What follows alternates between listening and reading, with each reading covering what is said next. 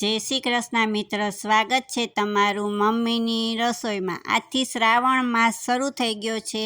આપણે ચેલેન્જ લીધી છે કે 30 દિવસની 30 ફરાળી વાનગી બનાવશું। તો આજે શરૂઆત કરશું ફરાળી દહીંવડાથી। ફરાળી દહીંવડા બનાવવા માટે અમે 200 ગ્રામ સાંબો લીધો છે ને 4 ચમચી સાબુદાણા લીધા છે ને કોથમીર લીધી છે સુધારીને। આ બાફેલા બટેટા કલાક પહેલાં બાફી લેવાના। આ આપણે આંબલીની ને ગોળની ચટણી કરશું। આ ગ્રીન ચટણી કરશું। એમાં મેં બધું જો આદુ મરચાં કોથમીર સિંગદાણા બધું નાખી દીધું છે। હવે આ મરી પાવડર લીધો છે ને આદુ મરચાંની પેસ્ટ લીધી છે।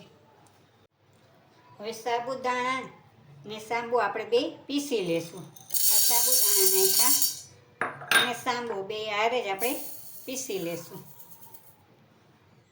હવે આપણા સાબુદાણા સાંબો જો આવી રીતના આપણે રવો હોય ને એવી રીતના રાખવાનું। હવે એને આપણે આ બાઉલમાં કાઢી લેશું।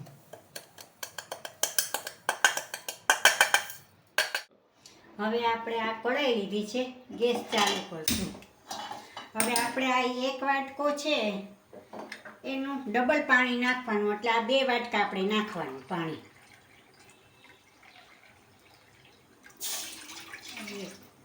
એનું ડબલ નાખવાનું। આપણે 1 વાટકો આપણે પીસીને થયું છે સાંબો ને સાબુદાણા। હવે સેજ ગરમ થાય પછી આપણે મીઠું ને મરીને પેસ્ટ નાખી દઈશું। હવે આપણું આ પાણી જો છો ધુવાળા નીકળે છે, ગરમ થઈ ગયું છે। હવે એમાં આદુ મરચાંની પેસ્ટ નાખશું, મરી પાવડર નાખશું,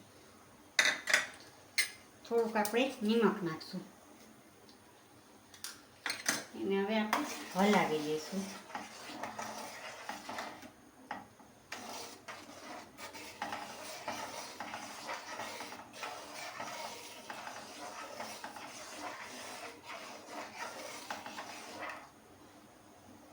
હવે આપણું પાણી ઉકળવા લાગ્યું છે। હવે થોડો થોડો આપણે લોટ એમાં નાખતું જવાનું ને હલાવતા જવાનું, ગાંઠા ન થઈ જાય। તમને એમ થશે કે આ ખીચું છે, ખીચાની જેમ જ આપણે ગોટાનું કરવાનું છે। ગેસ આપણે ધીમો કરી દેવાનો।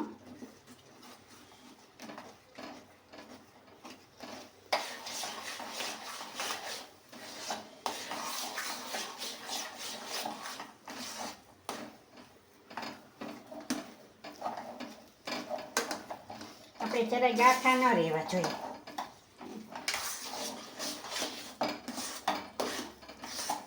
જ્યાં લગી આ પેનમાં ચોટે ને ત્યાં લગી આપણે એને હલાવ્યા કરવાનું।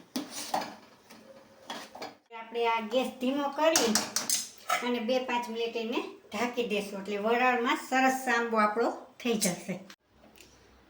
હવે 2-5 મિનિટ થઈ ગઈ છે અને જોઈશું આપણો સાંબો ચડી ગયો છે। હવે આપણે ગેસ બંધ કરી દઈશું ને એને નીચે ઉતારી ને બાઉલમાં કાઢી। હવે આપણે આમાં ઠરવા કાઢી લીધું છે।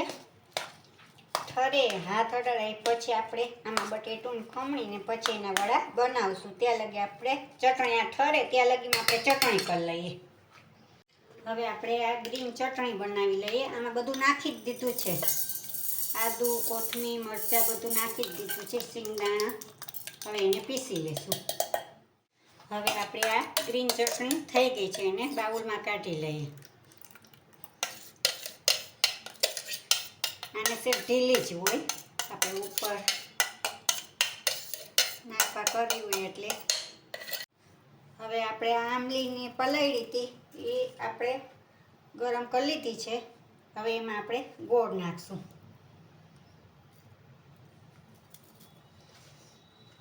અડધી ચમચી આપણે મરચાંનો ભૂકો નાખશું। હવે એને આપણે મિક્સ કરી લઈશું। અને તમારે ઉકાળવી હોય તો તમે ઉકાળી શકો, પણ મેં પલાળી દીધી હતી પહેલાં। અમે ફરાળમાં મરચાંનો ભૂકો ખાઈએ છીએ, જો તમે ન ખાતા હોય તો ન નાખો।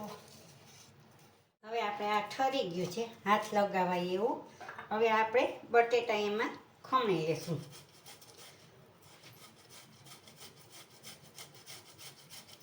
હવે આપણા બધા બટેટા ખમણાઈ ગયા છે આમાં.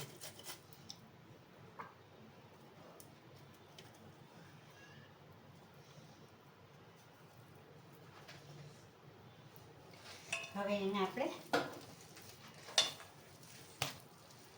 કોથમીર ના મરી પાવડર રાખ્યો તો થોડો એ નાખી દઈશું. પછી આપણે ચાખી લઈશું. આપણને લાગશે તો મીઠું નાખવાનું, બાકી આપણે પાણીમાં નાખ્યું હતું ને.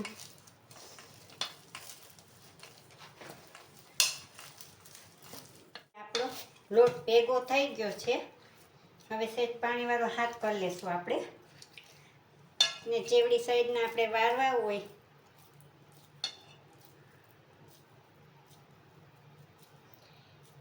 એ સાઈડના આપણે લીંબુ જેવડા વારી લેવાના.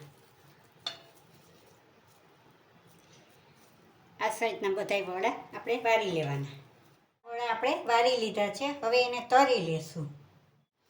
હવે આપણે કઢાઈ લીધી, એમાં તેલ નાખ્યું છે. હવે ગેસ ચાલુ કરશું. હવે તેલને આપણે થવા દઈએ, પછી આપણે તળીએ. હવે આ નાખીને જોઈએ. આપણું તેલ થઈ ગયું છે, જો ઉપર આવી ગયું છે. હવે આપણે આ બધા વડા એમાં નાખી દઈશું. મીડિયમ ગેસ રાખશું. જેટલા સમાય એટલા નાખી દઈશું. 2-3 મિનિટ પછી એને પલટાવવાનું, એટલે આપણે છૂટા ના પડી જાય વડા આપણા.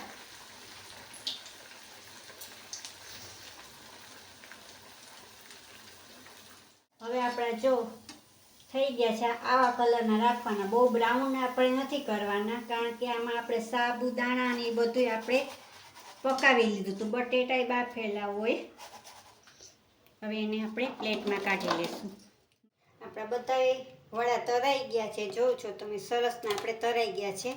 હવે એને 2-3 મિનિટ આપણે આ પાણીમાં નાખશું. જેટલા આપણે પ્લેટ બનાવી હોય એ પ્રમાણે આપણે પાણીમાં નાખશું.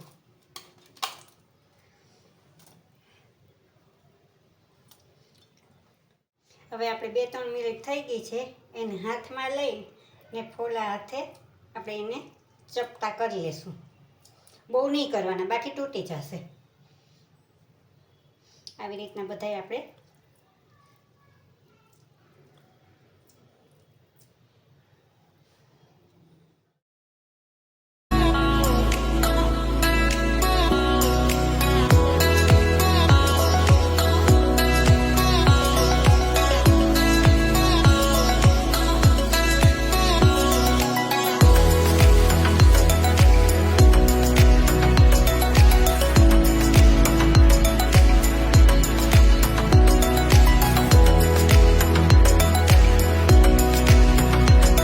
તૈયાર છે આપણા ફરાળી દહીં વડા.